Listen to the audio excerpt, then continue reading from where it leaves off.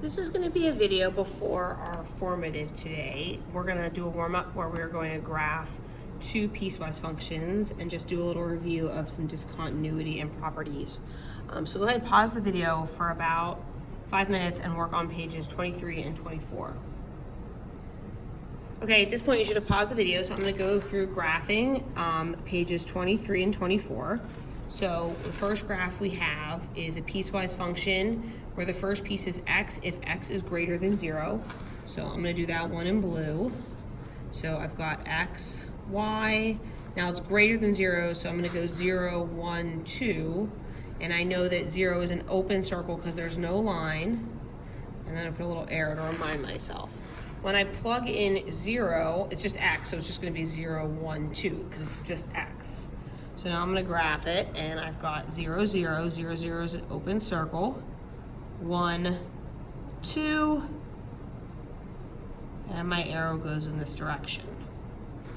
Now my second piece is negative x if x is less than or equal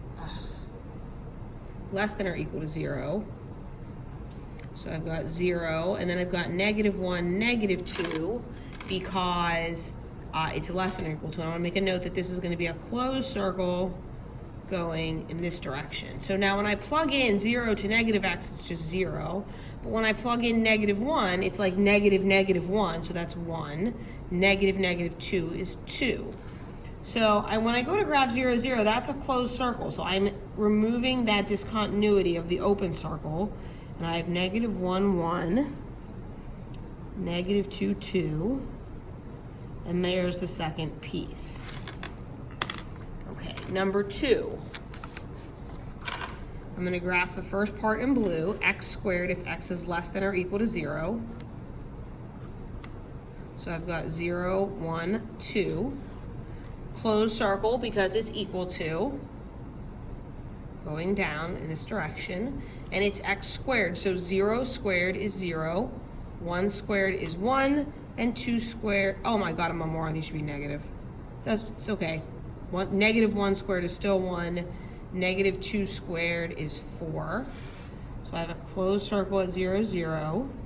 Then I have negative 1, 1, negative 2, 4. And obviously if I kept going, it would be like negative 3, and then 9.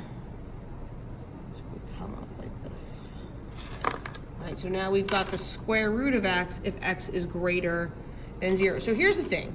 When I go to do the second one, I'm not going to pick just 0, 1, 2 because I got to take the square root. Now I can take the square root of 0 and I can take the square root of 1, but I cannot take the square root of 2. So I'm going to pick my perfect square numbers of 4 and 9. Because now the square root of 0 is 0, the square root of 1 is 1, the square root of 4 is 2, the square root of 9 is 3, and that graphing becomes a lot easier.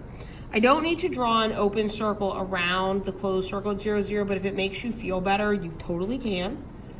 We have 1, 1, 4, 2, and then 9, 3 would be up here, and so there is number 2.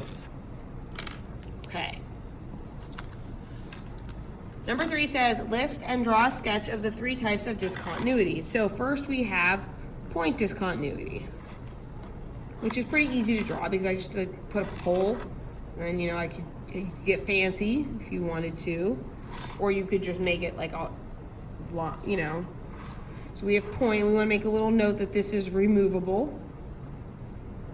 It's sometimes called a hole. Otherwise known as hole. Then we have infinite, which is like, well, not like, it is when we have like a vertical asymptote. Move like that. That is not removable. And then we have jump, which happens a lot in piecewise functions. If you had like a closed circle here, and then maybe we have an open circle down here. And just make sure that you have your circles lining up. Okay. 24 asked you to graph and state the properties. Now again, on the quiz, we're on the eggs ticket, I will give you the graph. But since I did not, let's throw it in the calculator really quick. X cubed, got an arrow out of that, minus 2x plus 1. Oh, that's a bad window. Ah, there we go. So I can see, like, I have a point here I'm curious about, and I have a point here I'm curious about. So I'm gonna go second trace. I'm gonna find that maximum. We'll go left and right.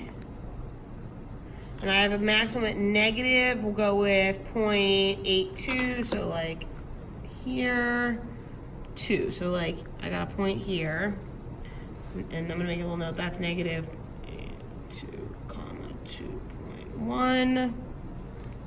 And then I have a minimum here I'm curious about, so I'm gonna go second trace, minimum.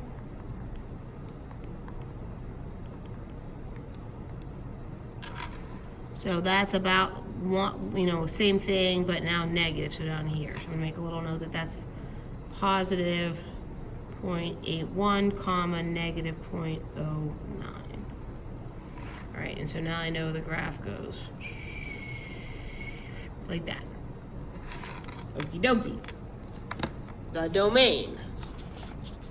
Domain of this function is just all real numbers, and the range is also all real numbers, left to right, covers everything, up and down, covers everything. So we have one maximum, it's a local maximum. There is no absolute maximum. We want to remember that maximums and minimums are y values. And we have a maximum at 2.1. We have a local minimum at negative 0.09, right here, this guy. So there's our local maximum, there's our local minimum. Left end behavior. So left end behavior, as x goes to negative infinity on the left, what does the function do? It goes down. On the right, as x goes to infinity, so on over here, what's the function doing on the right? It's going up. So increasing interval and decreasing interval. This is really why I sat there and found those points. So I know that this here is an increasing interval, then decreasing, and then increasing. So first I'm gonna write this increasing interval. It starts at negative infinity, and it ends at negative 0.82. So increasing from negative infinity to negative 0.82. There we go. All right, we also have an increasing interval after, I'm gonna put a line here, after 0.81, or actually it should be 0.82. I can't round. Yeah, like when I looked at that again, I'm like, that you moron, that should 6, that should bump up. So at 0.82 to infinity, it's also increasing. Then in the middle here, we have this decreasing interval. So we decrease between negative 0.82 and positive 0.82. Okay. You have a formative now. When you are done with the formative, your homework tonight is page 25.